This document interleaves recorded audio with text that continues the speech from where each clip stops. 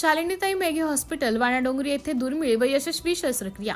शालिनीताई Meghe hospital वाणाडोंगरी येथे 2 दुर्मिळ व उच्च जोखमीच्या शस्त्रक्रिया यशस्वीरित्या पार पडल्या. सेवानिवृत्त पोलीस व रुग्णमित्र रमेश कनेरे यांनी सुरक्षा प्रबंधक श्यामराव देवगडे यांच्यासह MCH बिल्डिंगला भेट देऊन प्रशासकीय अधिकारी डॉक्टर रुचा ढोणे यांच्याशी चर्चा केली. नागपूरच्या 26 वर्षीय महिलेच्या पोटातील 5.3 किलो वजनाचा वेदनादायक ट्यूमर अँकोलॉजिस्ट डॉक्टर स्मिता गुप्ते यांच्या मार्गदर्शनाखाली काढण्यात आला. पॅथॉलॉजिस्ट डॉक्टर संजय देवतळे यांच्या बायोप्सीनंतर सर्जन डॉक्टर निलेश ठाकरे यांच्या सहाय्याने शस्त्रक्रिया करण्यात आली. तसेच 32 वर्षीय गर्भवती महिलेमध्ये आढळलेला दुर्मिळ न्यूसनस सिस्टेडोनोमा ट्यूमरवर श्रीरोग विभाग प्रमुख डॉक्टर राजश्री सेनगुप्ता यांच्या नेतृत्वाखाली उच्च जोखमीची लॅप्रोस्कोपिक शस्त्रक्रिया यशस्वी झाली.